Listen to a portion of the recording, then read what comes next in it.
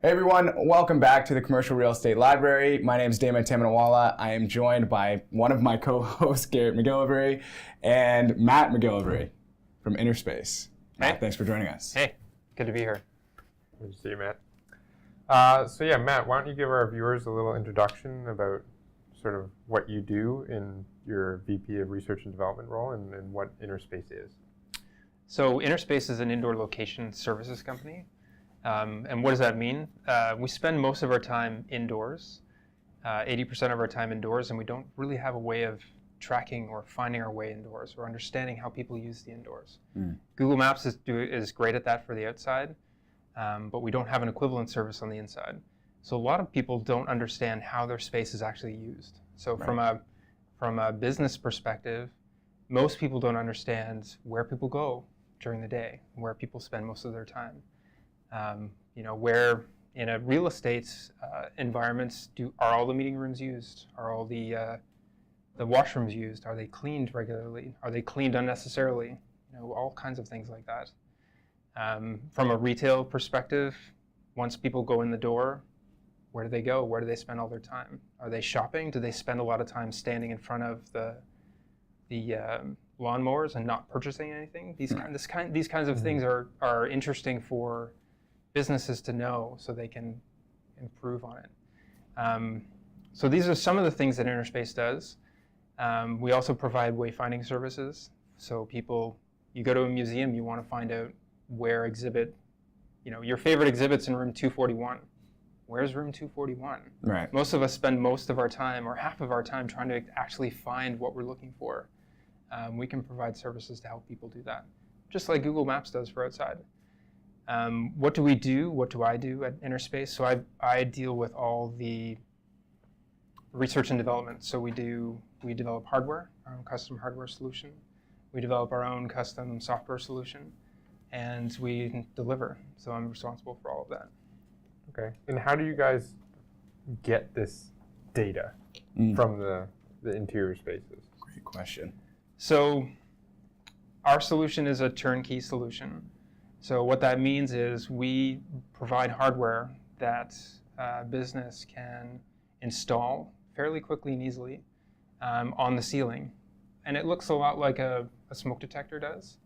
And once you install, it creates a map for you, a 3D map, and then we turn it into sort of a bird's eye, a map that we're more familiar with, so a bird's eye view map. And once it's installed, then it just starts collecting data. So from there, it will track people's smart devices. So whether you have a Bluetooth headset or you have a phone, most people carry around a phone. And as you're moving through the space, most people's phones are emitting data once in a while. Yeah. That our services can pick up anonymously and help understand how people move through that space. So that's how we collect the data. And then we process the data to provide insights to the customer. And what insights we provide depends on the vertical for that customer. What is like some generic information that you provide a customer? Most people are interested in heat maps, understand where people go during the day, what spaces are used the most. Other things for restaurants or food services is how many people came into the cafeteria, how many people left, how long they spent there. Right. Were there lineups? Did we lose customers because the lineups were too long? How do we better allocate our resources? Did we lose customers because there was only 2 cashiers at the time, so the lineups became too long? If we added 1 more cashier, which would cost X dollars, would we have recovered that money in sales? That type of stuff. So it's such a new industry, it's such a new way of understanding your space that even basic insights like basic numbers, where people go, what paths do they take through the space? Yeah. Like in cases like this, you have paths, in any big commercial real estate space, you have paths all around the building. Well, maybe nobody takes those paths. Or maybe they take a path to the washroom that you didn't know. So maybe you want to change that path. Or maybe you want to move the coffee machines to a different location because everybody goes through a specific route. So there's all kinds of insights you can provide depending what the customer's looking for. Okay. So what kind of clients have you guys had thus far? So we have clients in the food services industry. Yeah. So cafeterias, restaurants. They're obviously looking to optimize their sales, right? Right. Make sure everybody's served, everybody gets what they're looking for. Make sure nobody bounces, nobody comes in, sees the lineup and leaves. We're in hospitals, so most people in a hospital get lost, right? They don't know where they are. So helping people navigate through a hospital. Also helping clinics understand that, that person that's supposed to be there for appointment time at 12:30 is actually just, down the hallway because, they're getting a drink or going to the washroom versus just looking, calling, and then saying, they're not there. So I'm just going to move on to the next person.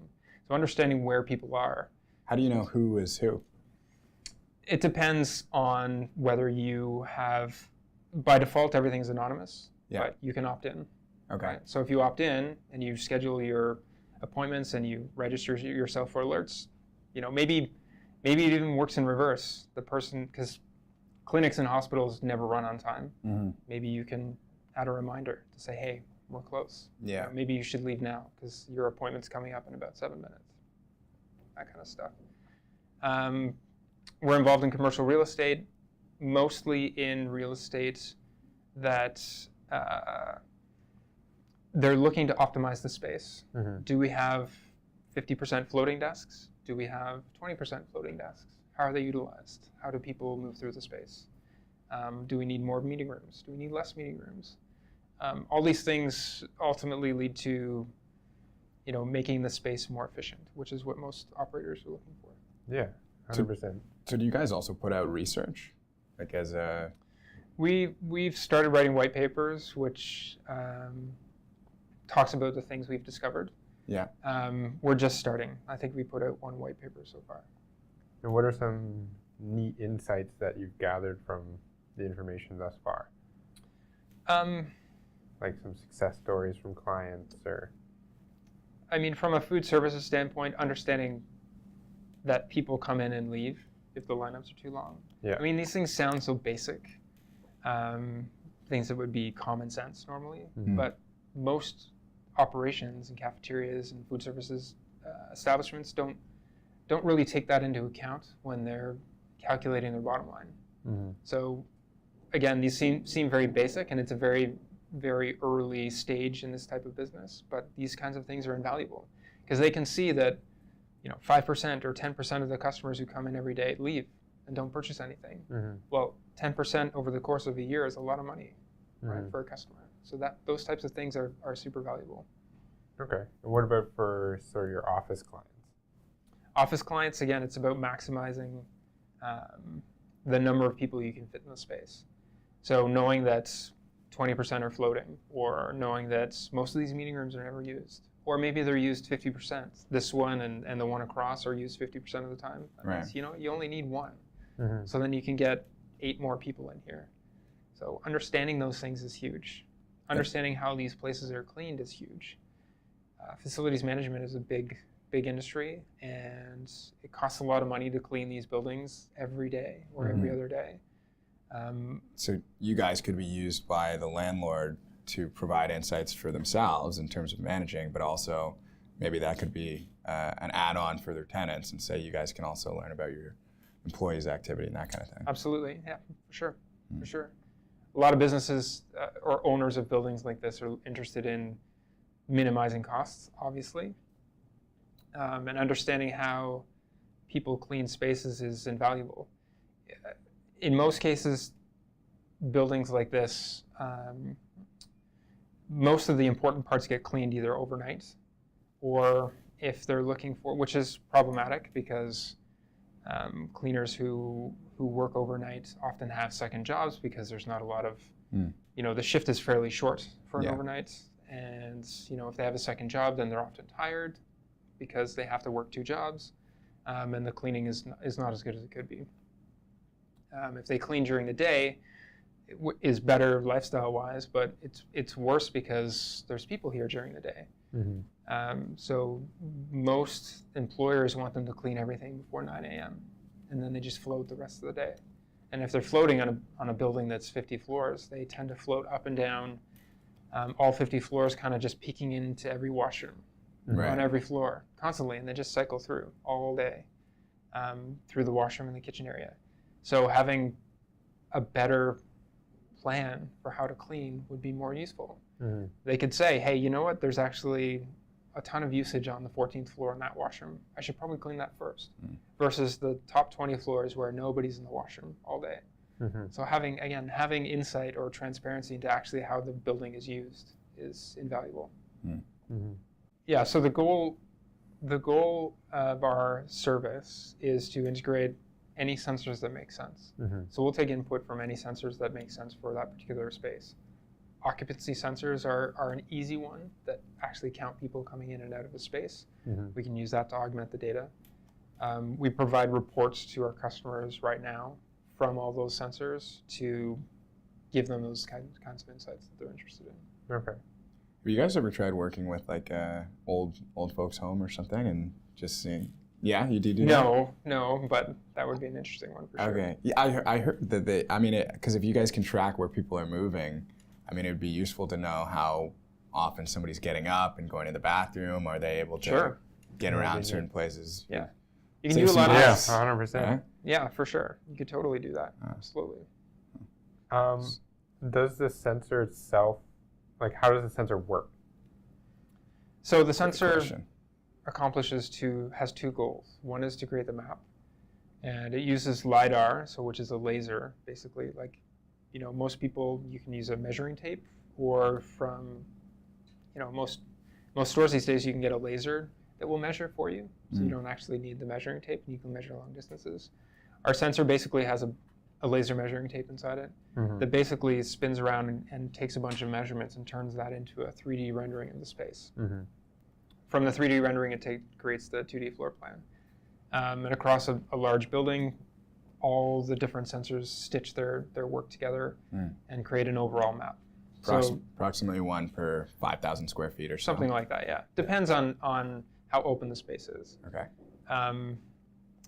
For some businesses, that's super important because as a museum changes all the time. They move their exhibits around, they change the way people flow through the building. Same thing with a Home Depot. They move the end caps and they move other things around. So creating a new map more frequently is helpful. So that's how the maps are created. And then we have a bunch of sensors inside that listen for smart devices or phones or other types of technologies that help us understand where people go. Okay. So taking a step back from sort of Interspace and the technology, like, how did you get to be who you are right now? Like, what was your story coming up to, becoming the VP of Research and Development at Interspace? I did math and computer science at Waterloo because I loved computers and toying around with things like that. I always had the struggle between working on something tangible, like engineering, like electrical engineering or civil engineering or something like that, and working in the abstract with computer science. Right. I opted for computer science because it was just easier to get into. I worked in a bunch of different industries, from airlines to logistics, so like warehousing and 3PL. And I worked in digital media for a while, doing, consulting, basically, flying all over the place, doing all kinds of fun stuff. And then I landed at Cornell doing bioacoustic research, which was great because it gave me an opportunity to, dig in academically into algorithms and approaches and, Can you explain bioacoustic research? Bioacoustics, it's basically tracking birds, right? Okay. So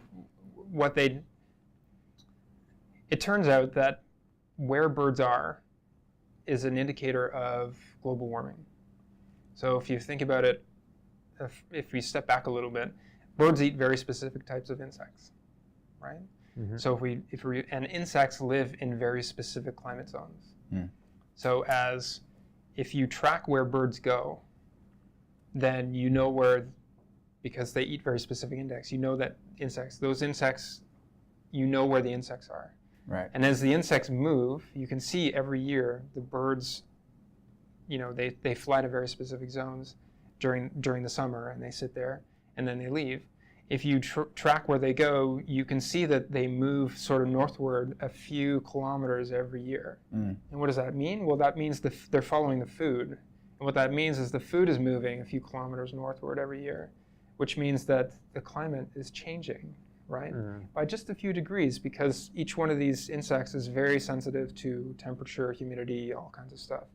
So what they do is we do two things. We would track, people can watch for birds and write it down and log it and then send it to us. Or you can actually make a device that just listens for birds. And from there, it'll listen, identify the bird, and then submit it electronically. So we know where the birds are at certain periods of time. So you have to program in like a certain bird sound, and then the technology will pick that up. And then from there, you can give that information to the U.S. government to say, hey, look, this is climate change. This is how it's changing. This is how fast it's happening. Here's our evidence. It's, you can't dispute it. Here it is, right? So I spent 5 years doing that. We built hardware. We built software. We kind of did the whole thing. And before that, I worked at Kobo for a while, developing e-readers. That was fun. And based on the research that you've sort of done at Cornell, how screwed are we? Yeah, it's not looking good. But I think that's a different... Was the government listening, or? Yeah. The government listens. It's a matter of whether, who the influencers are at the government. Right. They hear the problems, but, there's all kinds of politics involved there that we'll never understand. Okay. So will I be able to be 80 years old one day, or? I mean, if you really ask me, it's us that influence the government, right? It's what we do every day. We buy bottled water. Well, that's a huge influence on what happens to the environment, right? Plastic is what's polluting our oceans, which causes impact on the birds, which causes impacts on the fish, which causes all kinds of stuff. It's us as consumers that change behavior. Okay. So we've kind of went over Interspace. Can you talk about the way that technology is shaping the real estate industry just as a whole? Talking about Interspace, or talking about any other organizations or ideas? How it's shaping real estate. I mean, everybody's in the crunch. Everybody wants to be more efficient. Everybody wants to do more with less. What we're doing is one small piece of that pie. I think they're generally trying to understand exactly how spaces are used, because that's not known right now. There's other kind of crazy use cases that would never occur to you, but most of these offices will rent a photocopier or a printer, right? Because they're too expensive to buy. So why not rent it? And you pay by the page or something like that. Right. In a lot of cases, these copiers are $50,000 or $10,000, $15,000. They're very expensive units. Turns out people move them around the space, and they put them in closet. If they don't work, they throw them in a closet, or they hide them because they're in the way. I don't want people to use these things. Yeah.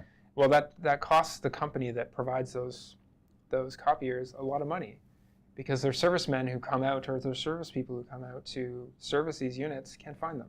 They're gone. They're hiding in closets. They're hiding wherever. This is a huge waste of time and money for these businesses that never would have occurred to me. So they want to know where these units are, and they have Wi-Fi or asset tracking tags on them, and we can help them find them. Like, these are all kinds of strange use cases from a commercial real estate provider that never would have occurred to me, right? Yeah. Because you don't think about this stuff. So you make mention of asset tags. So those are what exactly? Yeah, so we also provide a service where you can specifically put this little tag that has a battery and an antenna on it on something that you want to track. Whether that's in a hospital, they want to track patient beds, because in a lot of cases the person gets pushed down to ultrasound and they're gone. You don't know where they are. From a doctor-nurse perspective, you don't understand where they are or how long they've been there. You don't know if they're stuck in transport because there's actually people called porters who push people around in the hospital. And there's a handful of them. People get stuck everywhere because you don't know where they are. So they want to know where things are. Same thing for printers, for any kind of asset inside a space. We had one customer who was interested in tracking their forklift because their forklift would get lost. They couldn't find it. I know that sounds ridiculous, but these kinds of things cost money. How big was that warehouse? It was fairly large, I would imagine. So, yeah. To lose a forklift. Yep. That's quite a feat. It is quite a feat, for sure. Have you thought about using asset tracking in sort of like a retail environment, like tagging of individual even products type of thing? You could. I imagine that it's not really built for that. Yeah. Because the price is probably too high at the moment. It's more for expensive assets. Okay. There's a technology based out of the United States. Sorry, Dama. No. That effectively tags all the items in, say, a grocery store, and then the way it works is, the name escapes me at the moment. You walk through almost a metal detector, and it automatically rings through all of the items in your cart. Right. So I wonder, that like what Amazon is using for the grocery stores? I think Amazon uses optical recognition, so they do it from camera feeds. Okay. Yeah. And they use basically a camera feed to identify all those products? Yep. Okay.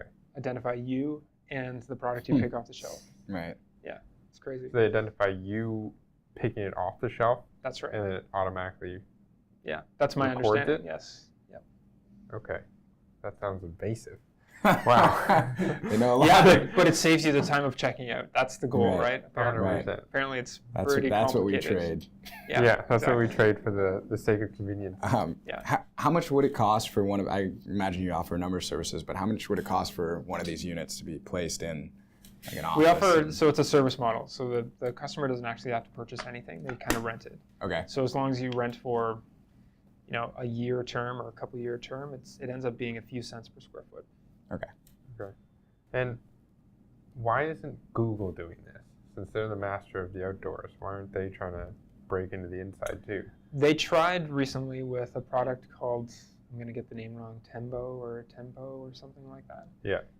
Which was basically, they integrated it into the cameras on their Android phones. Yeah.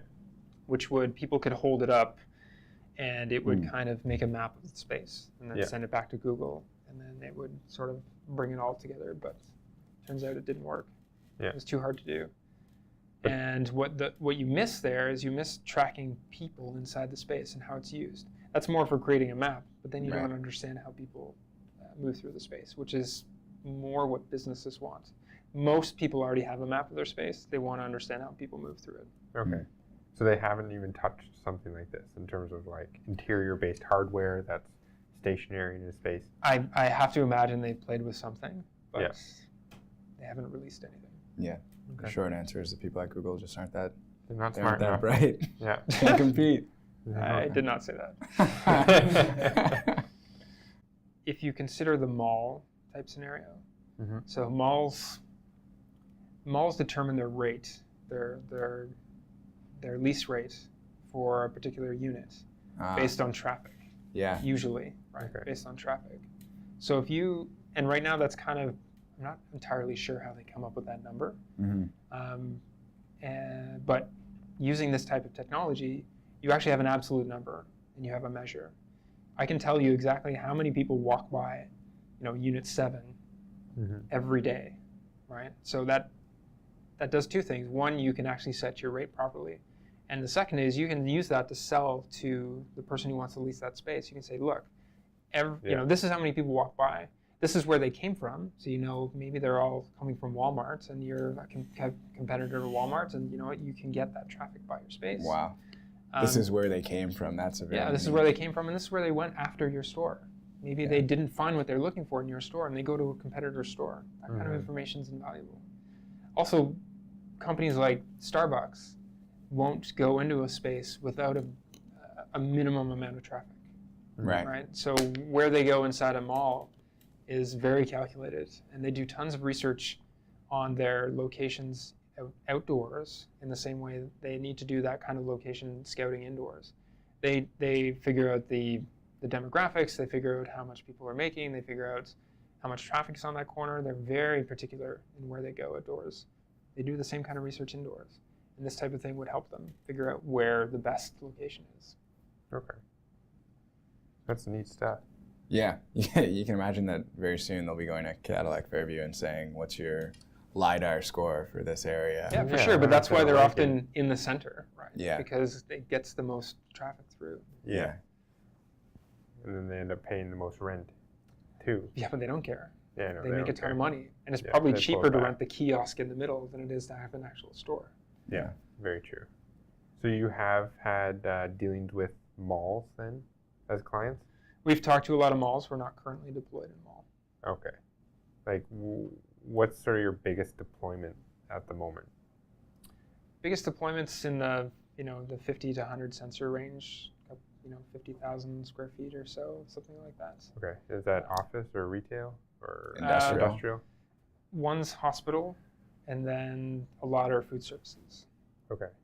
And for the potential clients out there, does the entirety of the space have to be mapped out, or can you only do the the front entrance type of thing? Like for a hospital, a lot of the space doesn't get used, but a lot of where the foot traffic is coming from, it's that main entrance, and then to places like X-ray and to the general goal, emerge. depending what you want to get out of it. I mean, if you want to provide wayfinding services to patients to allow them to find their way to a particular clinic, you need to map all the public spaces. You don't need to map the patient rooms and that kind of stuff, but at least to each one of the units, each one of the clinics, that kind of stuff. So you in a hospital, you'd probably cover 30% of the actual space. Okay. But that's where the public has access to. And that's what you want. That's critical. Okay.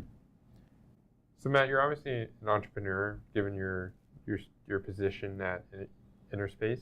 Mm-hmm. Why did you decide? Co-founder. As definitely co-founder of Interspace. Why did you decide to go down that route of versus going back to a corporate environment? Because you made mention that you worked at Cornell, you worked at Kobo.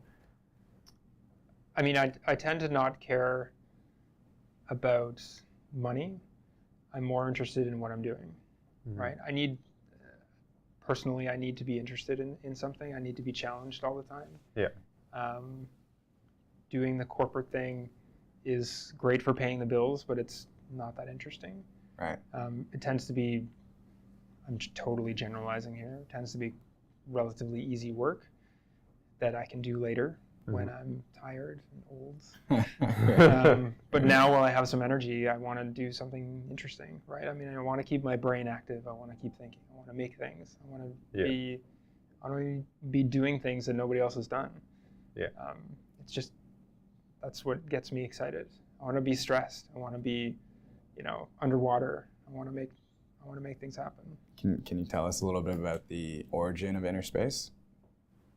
The origin of Interspace came from, it was funny, the three of us as founders, we all ran into the same problem, which was we were all in New York at some point, and we all went to the Museum of Modern Art at some point, and none of us could find what we were looking for. And we realized, there's a printed map somewhere, right?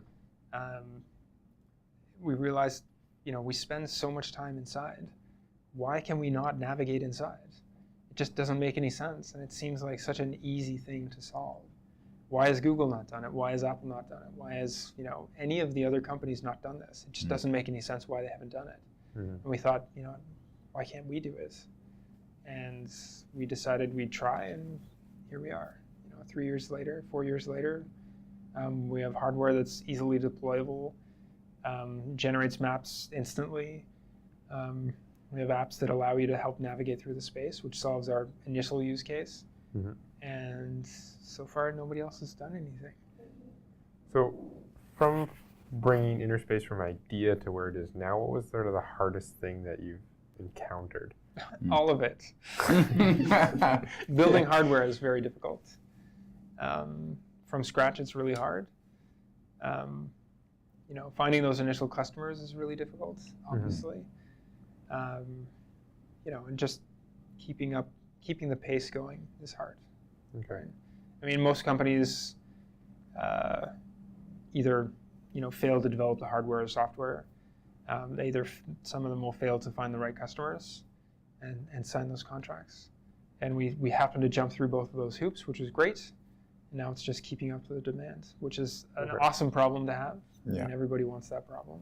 But So speaking to other entrepreneurs that are potentially out there, what would be some words of wisdom that you could sort of give to them on their journey from an idea to, a functioning company that's gotten through the hardware software hurdles?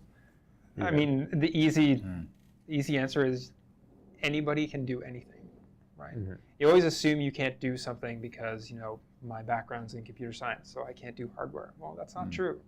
Anybody can do this stuff, right? With a bit of, you need to really focus and you need to work really hard. Yeah. But you can do whatever you want, right? Like you built a website from scratch when you were 10, right? You can do these things. You just need to find the right people who ask the right questions, and then you get it done. Yeah. So you just need to not give up. And yeah, you lose a little bit of sleep over it, and you don't shave as often as you should, but whatever, you get a different life out of it. Okay. So years from now, you live till 150 years old, and your grandchildren and family and everybody surrounding you, and you're very well loved, and you lived a fantastic life. But for some reason, all of the content that you've put out, all of the books that you've written, and all of the information that you've put out, including this interview, have been erased. And now you have, you're able to write 3 short notes to your family and to all of the people who love you about how to best think about the world and life.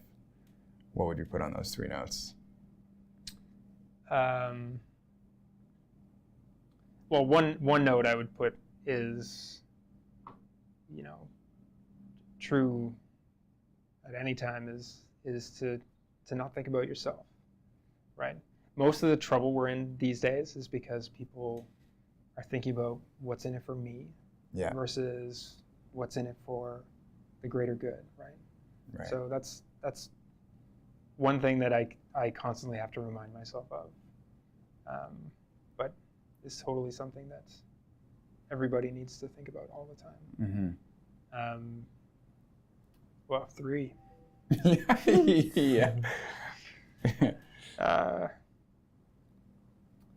The thing I said about,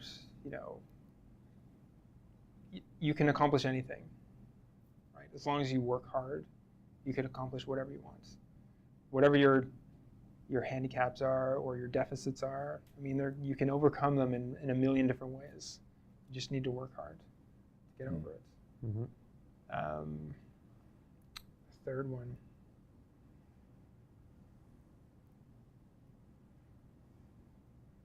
Well, the one I always say to myself to make myself feel better is that you can sleep when you're dead, right?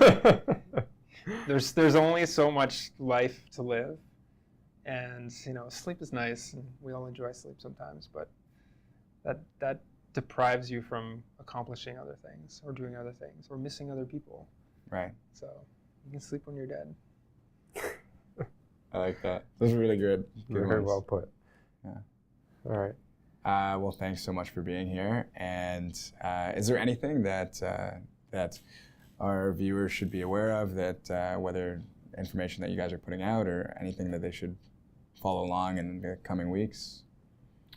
You can always subscribe to our blog, and we've got, I think we've got a YouTube channel that you can subscribe to. And okay, we'll make sure to put that information. Yeah, just keep following along, see what happens.